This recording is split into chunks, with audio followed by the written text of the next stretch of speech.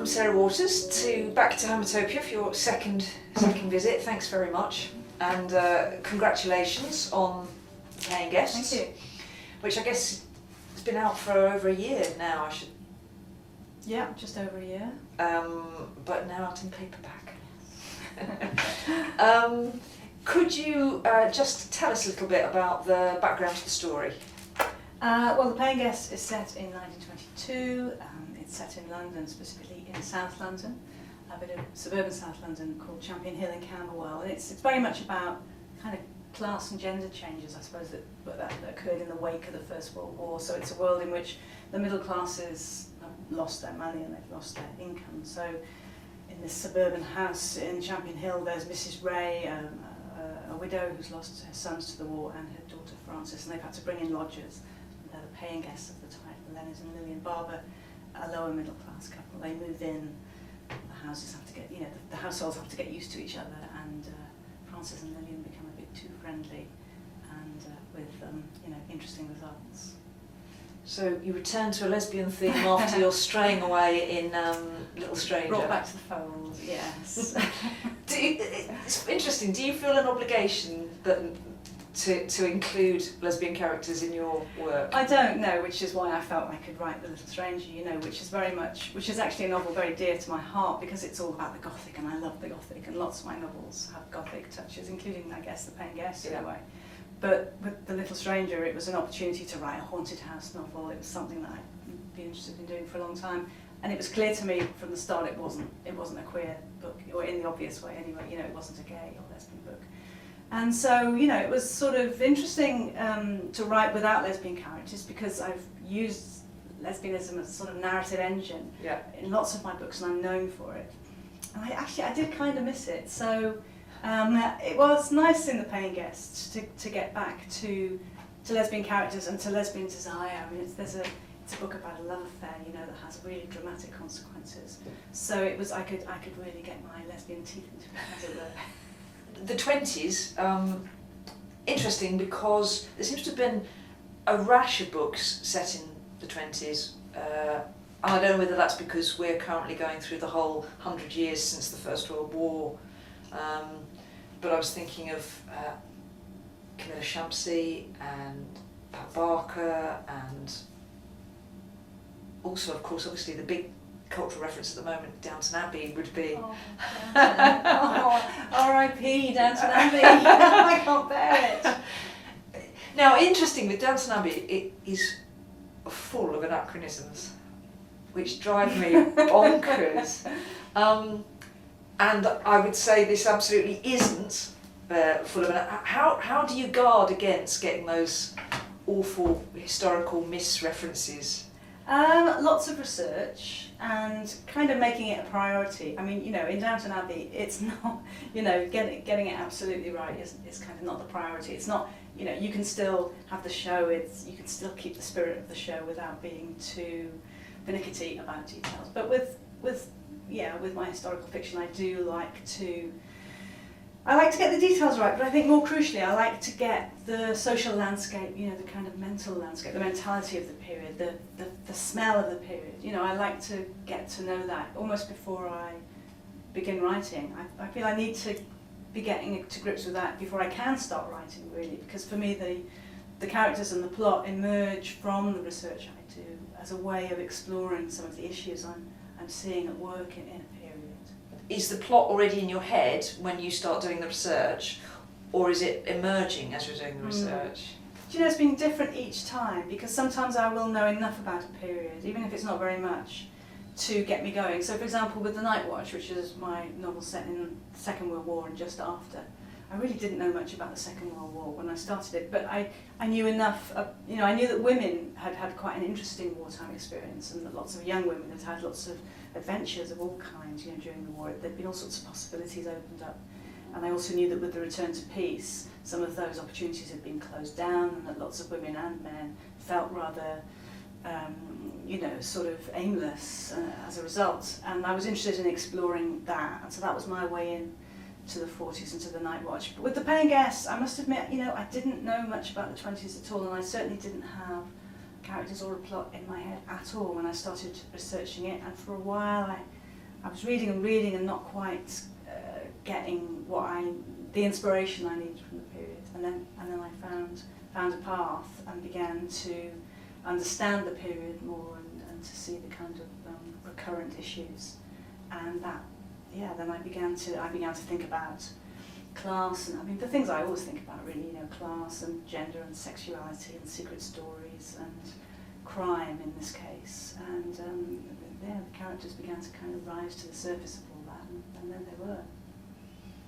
How much of you, maybe this is my projection, but I see similarities between maybe Frances in this book and maybe Kay in Night Watch and Nancy maybe in Tipping the Velvet. How much of you do you think is in your characters? Well, you have picked on characters that I've always, that I felt quite close to as I was writing them. Don't feel very close to Nancy in Tipping the Velvet anymore. In fact, she just seems like a bit of a spoilt brat to me now when I look at that book. But certainly Kay in The Night Watch, I was very fond of. She was one of those characters that I always knew what she would say in any situation, and that's always a sign that I feel a kind of affinity with the character. There's a character in Little Stranger called Caroline, who's a spirited kind of spinster daughter of the house, and I liked her very much too.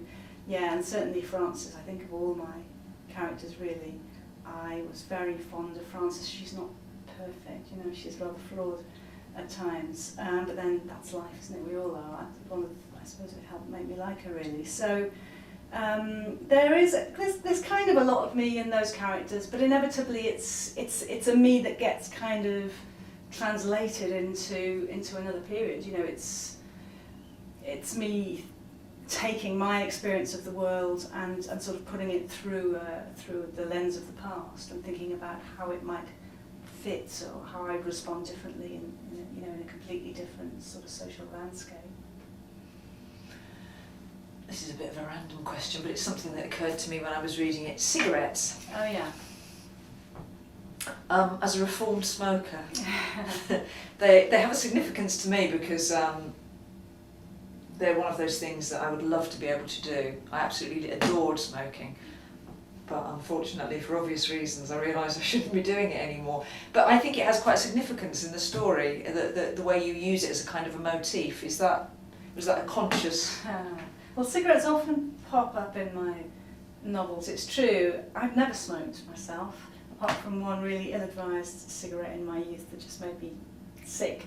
So, but I think perhaps for that reason, cigarettes still have a glamour for me. The glamour of a 40s movie or something. I mean, there's something incredibly, I shouldn't say this, should I? But there is something incredibly sexy, and of course it's all oral, and there's the intimacy of lighting a cigarette for somebody else, the whole ritual of getting out. Now Voyager. Yeah, exactly. Yeah. So it's hard to resist that. And I also think, when you're writing historical fiction, what you want to avoid is, I think it's very easy to fall into the trap of seeing the past as like a sepia photograph, and everybody was rather kind of demure and sort of knew their place. And of course the past was as colourful and alive and as sort of sweaty and untidy and interesting as the present is.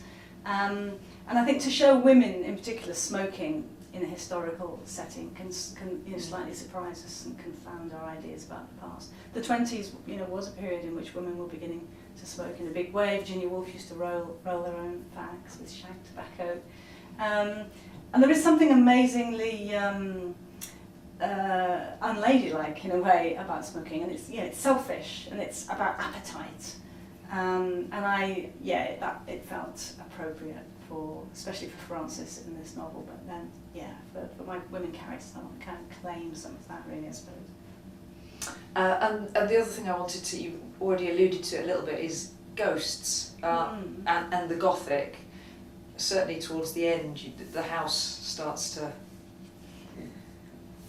without giving too much away, the house starts to disintegrate. There's kind of elements of the Gothic in that.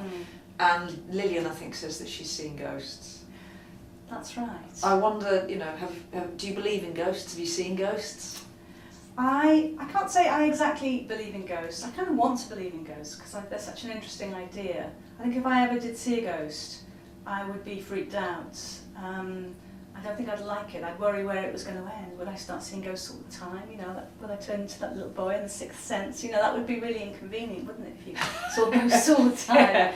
So I don't really want to see them. But I think, you know, I think ghosts tell us less about any supernatural world than, you know, they tell us about our world. They tell us about human psychology and the need we have to believe in the supernatural. You know, the desire we have for there to be this sort of extra magic dimension.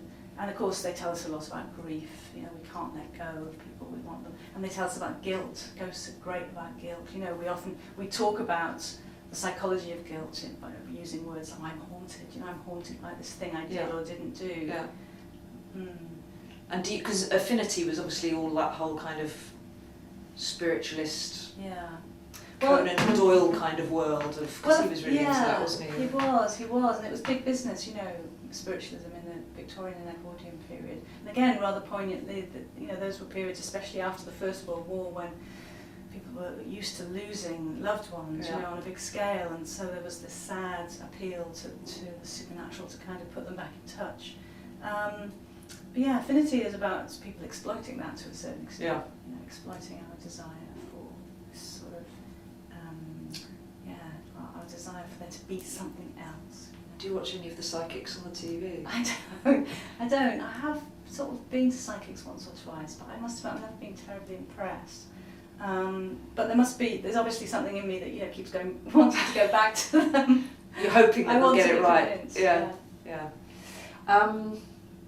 And what I should say, of course, is congratulations on winning the Stonewall Writer of the Decade. Thank you. And congratulations also on being longlisted for the Dublin Literary. It's a very long list. It has to be said. The richest prize in literature I read today, €100,000. I think. Something that one. Yeah. What would you do with the money if you beat J.K. Rowling, Ali Smith, Martin Amis, and several other quite good people? It would be a lovely prize to win. It's a particularly nice prize because, of course, it's voted for by librarians. I mean, librarians kind of put your book forwards, and it's always nice when it's people kind of within the reading industry, you know, that are involved. If I win the money, you know, I'd just give myself a nice holiday, I think, or maybe I'd go and see the best psychic in the world. That's what I would do. Pretty good one for €100,000. Sarah Waters, thank you very much. Sure, thank you.